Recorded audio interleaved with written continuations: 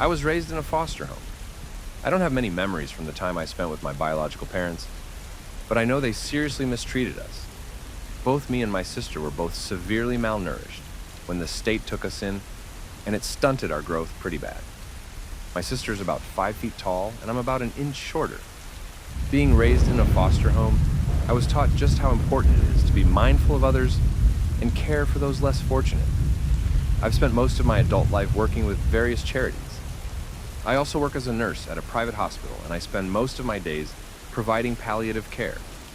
I hate to sound braggy, but I think I can safely say that I'm pulling my own weight. I care, that's what I do. So it is no wonder that, once in a while, I care more than I should. I was coming home from work. It was a pretty late Thursday and most shops were closed, apart from a single convenience store. I bought myself a salad and a Diet Coke and followed the main street for about a block. I usually walk to and from work. With most shops closed, the place is a ghost town. Most bars and clubs are on a different street, but who goes clubbing on a Thursday anyway? No, apart from an older woman walking her dog, I was alone. I didn't mind. I'd walked those streets 1,000 times. There's a fork in the road where they put up pedestrian lights. 4 roads meet, and it is by far the most infuriating intersection in town. As I rounded the corner, I saw someone standing there, pressing the button to cross. It was a kid. It wouldn't matter how many times he pressed the button to cross. That light was broken. But he just stood there, crying, pressing the button. There wasn't a single car on the road, but you know how kids are. He was about 7 years old, with Asian features and a pale complexion. His eyes were red from crying, and he was shivering. It was mid-February, and there was still plenty of snow outside, yet he looked ready for summer. "Come on," he cried. "Just come on." He kept pushing the button, but nothing happened. I walked up to him and crouched down to meet his eyes. "Hey there," I said, "and are you okay? Where are your parents?" He just pointed down the street and shook his head. "They went ahead," he said. "They left me. I'm sure it was a mistake. Want to go find them?" "You can't cross," he cried. "It has to turn green." "The light is broken, sweetie. You'll be stuck here forever if you wait for it to turn green." "Then how do I know when to cross?" he sniffled. I took his cold hand, met his brown eyes, and smiled. "Just come with me. We'll find them." That's how I first met Frederick, or Fred. Such an adult name for such a scared little kid. Long story short, we didn't find them. We searched for hours. When I called the police, I was told no one had reported a missing boy. He wasn't being looked for yet. As someone who had a vague memory of abusive and neglectful parents, I got a chill down my spine. Was this my time to step up and help out someone like me? Child Protective Services were eager to help, but the kid didn't want to go with them. He wanted to stay with me.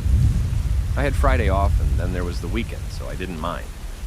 I had to fill out a few forms, and they had to come back to my apartment to make sure it was safe. But that was it. It was just a temporary solution anyway, so they were pretty relaxed about it. A temporary foster home. What goes around comes around. During that whole time, that little hand never let go of me. He needed me. At the end of the night, he came home with me. I offered him my bed while I slept on the couch, but he refused. Instead, he wanted to sleep next to me. Of course he could. He had a shower, and I made him some juice and toast. We watched cartoons in bed until we fell asleep. That first night, I stroked his hair and sang to him, like my foster parents had done to me all those years ago. He looked so peaceful. It wasn't peaceful for long, though. Sometime during the night, I woke up to the sound of someone vomiting. I rushed into the bathroom and switched on the lights, but it stayed dark. Fred was bent over the toilet with shallow breaths. "The light," he coughed. "It's broken." "I'll fix it, sweetie. Are you okay?" "I'm allergic to oranges. I didn't want you to get mad at me." I comforted him as best as I could. I sat next to him for at least an hour. My legs got these square marks from the bathroom tiles. The next day, Fred stayed in bed. He said he was really tired and that he just wanted to rest. He asked me to keep the blinds closed and the door shut, and to leave him some water. I was worried sick. At first I thought he had a fever, but then again, it could just be a stressed stomach. I figured he had to be going through hell, not knowing where his parents were or why they'd left him. I put on the TV, left him some water, and told him I'd be in the next room whenever he wanted me to make him something. He stayed in bed until at least 6 p.m. all day. When he finally got up, he seemed in much better spirits, and he munched down a plate of sausage and macaroni in an instant. He was so much more cheerful. A man from CPS came by with some extra clothes earlier in the day, so Fred got a fresh change. Looking at Fred that night, you couldn't tell he'd been abandoned the day before. He was just an ordinary kid, eager to explore the world and make up new adventures. I brought an old butterfly net. We went to catch moths in the park. I got us both a soda, and we walked around town playing Pokemon Go. Fred had a lot of opinions on the best evolution of Eevee, and he wouldn't shut up about his favorite Pokemon, Gliscor. We were about to head back at 9 p.m., but Fred wanted a last walk by the monkey bars before we went home. I caved. We took the long route back home, so we'd walk past the monkey bars. Fred was way too happy for a kid who'd just lost his parents, but then again, maybe it wasn't that much of a loss. There was another kid playing at the monkey bars. He was maybe a year older, with shoulder-length strawberry blonde hair. I thought it was a girl at first, but Fred seemed to know him. Mom, Fred called. It's Derek. Can I play with him? Mom. I was already Mom. I didn't want to correct him, but that word hit me like a brick. Dumbfounded, I just nodded. Of course he had friends, but they were out way too late for kids this young. The two of them laughed and played until well past 10 p.m. when I convinced him it was time to go. They could play again tomorrow. It was too late. We got home, I drank a glass of orange juice, and we turned in for the night. The next day I woke up at 11 a.m. I'd slept for almost 12 hours. The kind of sleep where, when you wake up, you barely know who you are anymore. I had an explosive headache and I stumbled into the bathroom. I barely even thought about where Fred was. The bathroom light was still broken. My headache was so bad that I threw up. I tried my best to clean it up in the dark, but it was hard. The smell remained, even after a shower. I came out into the living room to find Fred and his friend Derek playing. Derek had brought an iPad, and they were taking turns looking at YouTube videos. They'd covered the windows to darken the room and made a blanket for it. Before I even got the time to question it, Fred hugged me. I made you lunch, he said. It's in the fridge. I didn't want to wake you. I kissed his head and checked my phone. 4 missed calls, all from CPS. I opened the fridge, but the light didn't turn on. I could barely see anything. The fridge was still running. It was cold, but the light was busted. With the covered windows and no other lights on, it was almost impossible to see what he'd made. Using my phone as a flashlight, I found a plate of ham and cheese sandwiches. Then, as I closed the fridge, I noticed 2 shining eyes looking back at me, like the eyes of a cat, reflective, before they disappeared into the blanket fort. I barely had the time to register it before Fred interrupted my thoughts. He was standing in front of me, hands behind his back, looking worried. Are you okay? He asked, rocking back and forth. I'm fine, I lied. It's just, the light is broken. The light is broken, snickered Derek from the blanket fort. Is Derek allowed to be here? I asked. We should call his parents. They're working, said Derek from the fort. But okay. You can have the number, said Fred. Here. He scribbled it on a post-it and handed it to me. The kids were so eager to get back to playing that I didn't know how to handle it. I called Derek's parents.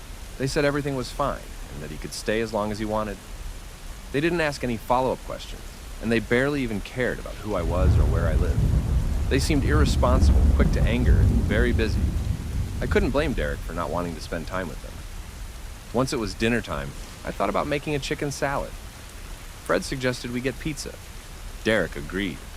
They were playing games on the iPad and watching cartoons, and as I knew this was a temporary arrangement, I couldn't say no. They asked if they could stay at home while I got the pizza, and I said it was okay as long as they didn't answer the door. Thanks, Mom, said Fred. You're the best. It didn't sit right with me. I was just about to head out, but I turned at the door and met his eyes. I'm not your mom, Fred. I don't know why I said that. His gleeful expression faded from his eyes. With a completely deadpan expression, he responded, Fine. When I got back, the front door was unlocked. I hurried inside. Every single light in the apartment was broken by now. Every door was open. Every window was covered, and there was no one there. I dropped the pepperoni pizzas flat on the floor and called the police. My fingers trembled so bad I could barely type the number. A patrol car came by and I talked to 2 officers. Apparently, there were still no reports of a missing child. They looked through the apartment, checked the blanket fort, and promised to search the area. There was nothing more to do at the moment. We called CPS and I was told to update them as soon as I could. If Fred was some sort of flight risk, he might need to stay at a more secure location. Later that night, I was alone in a dark apartment.